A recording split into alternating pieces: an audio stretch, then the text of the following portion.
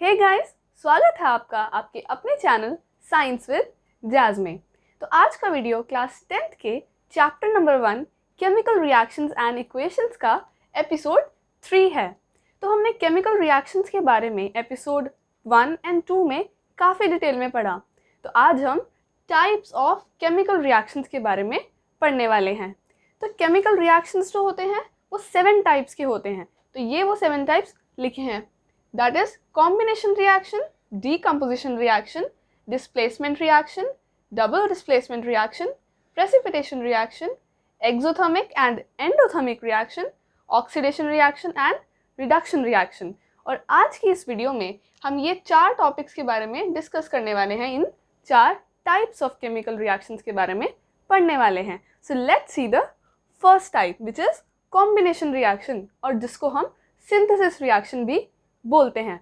तो किसी पार्टी में या फिर किसी मॉल में जाने से पहले आपके मन में सबसे पहला थॉट क्या आता है कि मैं क्या ड्रेस पहनने वाला हूँ, या फिर मेरी ड्रेस का क्या कलर कॉम्बिनेशन होने वाला है। तो अगर आप सोचते हैं कि मैं वाइट शर्ट के साथ ब्लैक पेंट पहनने वाला हूँ, तो आपने क्या किया, आपने एक कलर कॉम्बिनेशन डिसाइड किया अपनी ड्रेस को बनाने के लिए।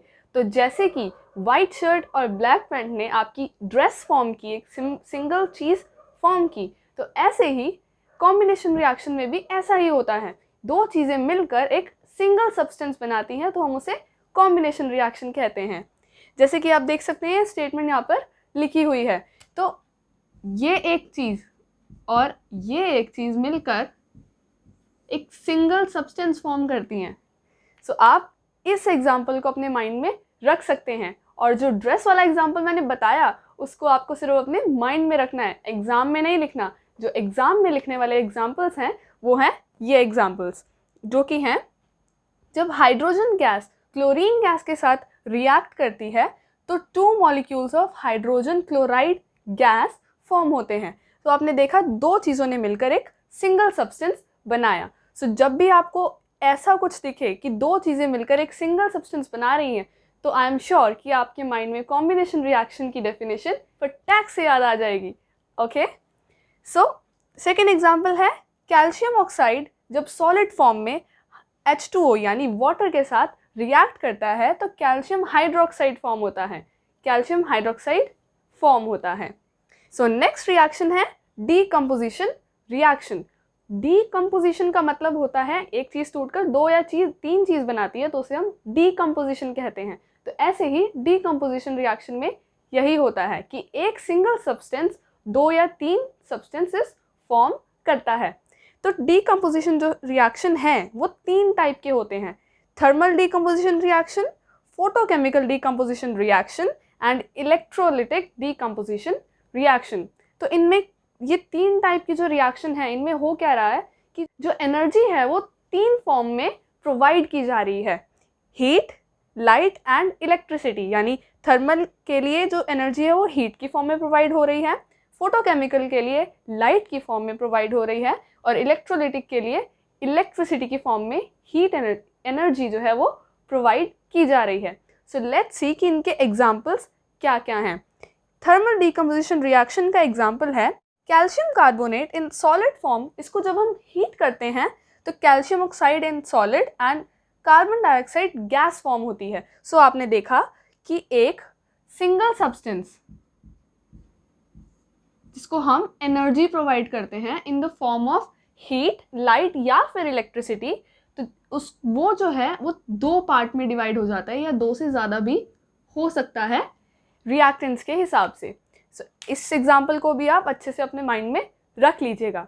जब हम सिल्वर क्लोराइड यानी AgCl के 2 मॉलिक्यूल्स को सनलाइट में रखते हैं, 2 हमने इसलिए लिखा है क्योंकि हमने इसे बैलेंस्ड इक्वेशन लिखी है।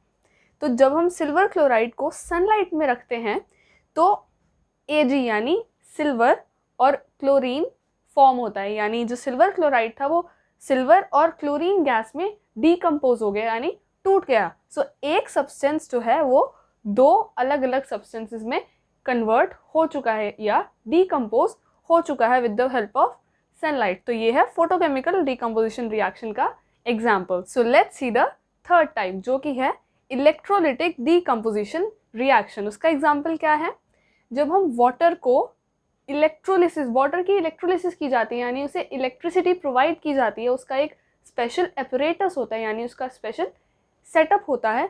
तो इसको जब हम वाटर को इलेक्ट्रिसिटी प्रोवाइड करते हैं तो वो H2 गैस यानी हाइड्रोजन गैस और ऑक्सीजन गैस में कन्वर्ट हो जाता है, डिकम्पोज हो जाता है।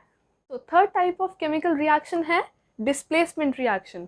तो डिस्प्लेसमेंट रिएक्शन को समझने के लिए आपको रिएक्टिविटी सीरीज़ का कंसेप्ट समझना होगा। तो पहले रिएक्टिविटी सीरीज़ को समझते हैं कि ये क्या होता है। रिएक्टिविटी सीरीज़ एक ऐसी सीरीज़ है जिसमें हम मेटल्स को डिक्रीजिंग ऑर्डर ऑफ रिएक्टिविटी में लगाते हैं। सो आप देख सकते हैं सबसे ऊपर है पोटेशियम, यानी के जिसका सिंबल होता है, पोटेशियम, सोडियम, कैल्शियम। ऐसे ही नीचे जाते जाते इनकी जो रिएक्टिविटी है वो डिक्रीज़ हो जाती है। सो नीचे जाते जाते रिएक्टिविटी डिक्रीज़ हो रही है और सबसे नीचे जो कि है AU गोल्ड, वो सबसे ज़्यादा लीस्ट रिएक्टिव है। और इसमें कुछ मेटल्स को नहीं दिखाया गया है क्योंकि आपको इतने ही याद होने ज़रूरी हैं जो आपके रिएक्शंस में काम आएंगे, और इसके नीचे भी मेटल्स होते हैं। So let's see what says displacement reaction, वो क्या है। A more reactive metal displaces or removes another element from a compound। तो डिस्प्लेसमेंट रिएक्शन में क्या होता है, एक एलिमेंट जो कि ज़्यादा रिएक्टिव है दूसरे एलिमेंट से, वो उसको उसके कंपाउंड में से रिमूव कर देता है। सो देखिए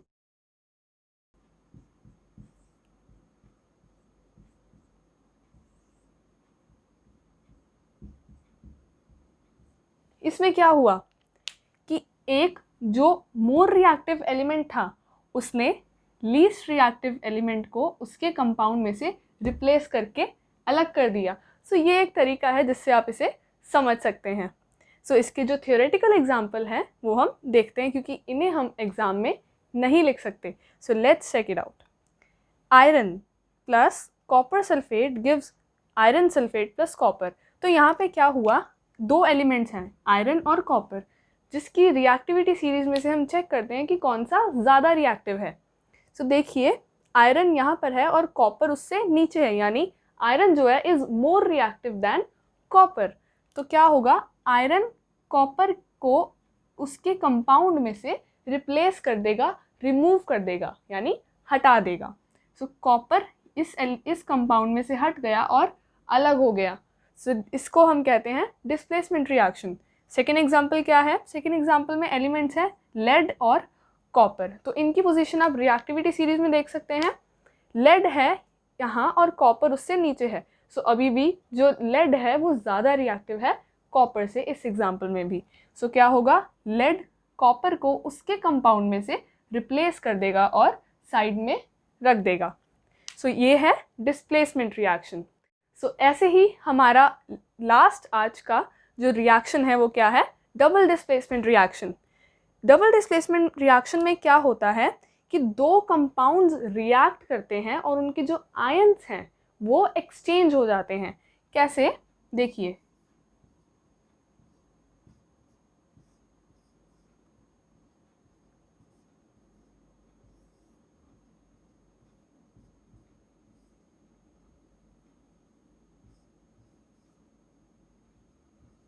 देखिए हुआ क्या कि एक कंपाउंड दूसरे कंपाउंड के साथ रिएक्ट करता है तो उसमें से जो मोर रिएक्टिव कंपाउंड होता है वो दूसरे को रिप्लेस कर देता है, यानी दूसरे के आयंस को रिप्लेस कर देता है।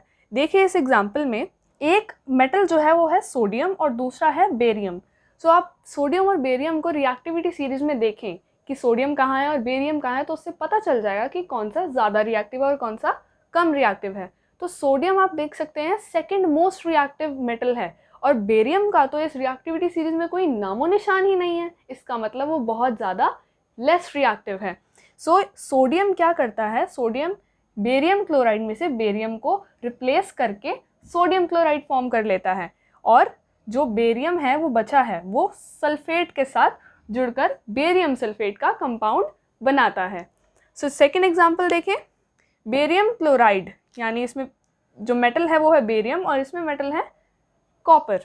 सो इन दोनों में से कौन ज़्यादा रिएक्टिव है, कॉपर यहाँ पर रिएक्टिविटी सीरीज में है लेकिन बेरियम तो है ही नहीं। सो कॉपर इन दोनों में से ज़्यादा रिएक्टिव है। तो कॉपर क्या करता है, कॉपर बेरियम क्लोराइड में से बेरियम को रिप्लेस कर देता है और उसकी जगह ले लेता है, यानी कॉपर क्लोराइड बनाता है।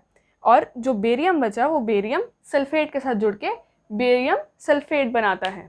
Alright, so guys, thank you so much for watching this video को करें लाइक और चैनल को करें subscribe. So I will see you guys in my upcoming video. Don't stop until you are proud of yourself.